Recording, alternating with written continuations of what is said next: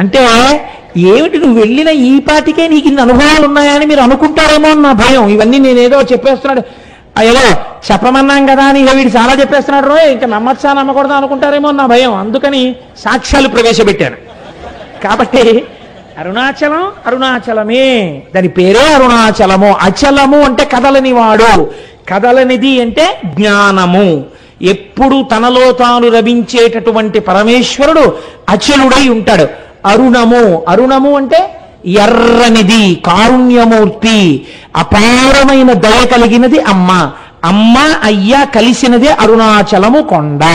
కాదు కాదు, అరుణాచలంలో ఉన్నటువంటి శిలలను తీసుకెళ్ళి అమెరికా సంయుక్త రాష్ట్రాల్లో ఉన్న శాస్త్రవేత్తలు అక్కడ ఉండే ప్రయోగశాలలో పరిశీలన చేశారు. చేస్తే వాళ్ళు అన్నారు, ఈ అరుణాచలం కొండ హిమాలయ పర్వతాల కన్నా ముందుది.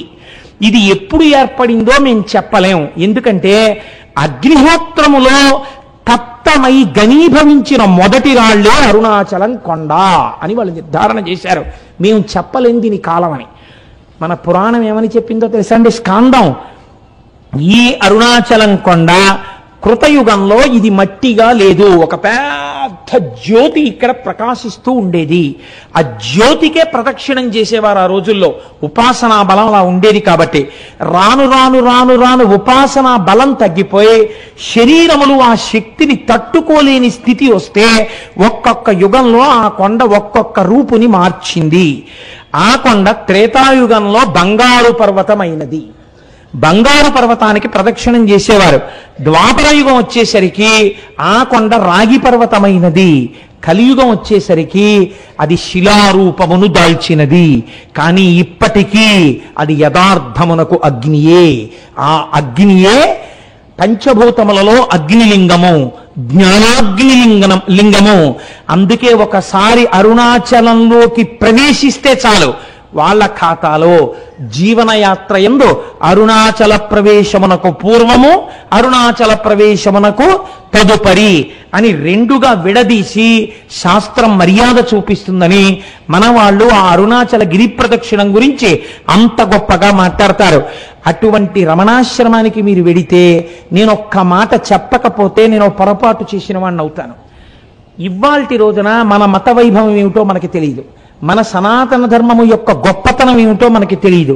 మన సనాతన ధర్మము గురించి మనం వెలితి మాటలు మాట్లాడతాం, ఏకి మాటలు మాట్లాడతాం. మీరు ఇవాళ రమణాశ్రమానికి వెళ్ళి చూడండి, శేషాద్రి స్వామి కాటేజెస్ దగ్గరికి వెళ్ళి చూడండి.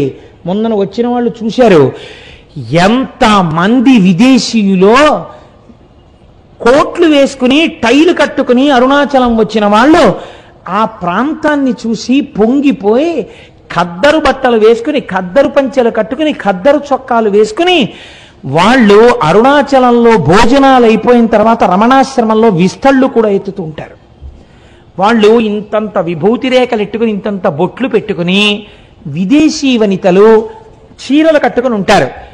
కట్టుకుని వాళ్ళు అక్కడ కూర్చుని సంస్కృతంలో ఉన్నటువంటి శ్లోకాలని ఇంగ్లీష్లో రాసుకుని అందరి దగ్గర తెలుసుకుని ఉచ్చారణ నేర్చుకుని చక్కగా వాళ్ళు నిజంగా శ్లోకాలు చదువుతుంటే అసలు ఏమి సాధనరా అనిపిస్తుంది. మీకు నేను ఒక సంఘటన చెప్తాను. నేను ఒకసారి అరుణాచలం వెళ్ళినప్పుడు బాగా తెల్లవారుజామున కొండల మీద కెడితే బాగా తపస్సులో కొన్ని సంవత్సరాల నుంచి ఉన్నటువంటి వాళ్ళ గుహ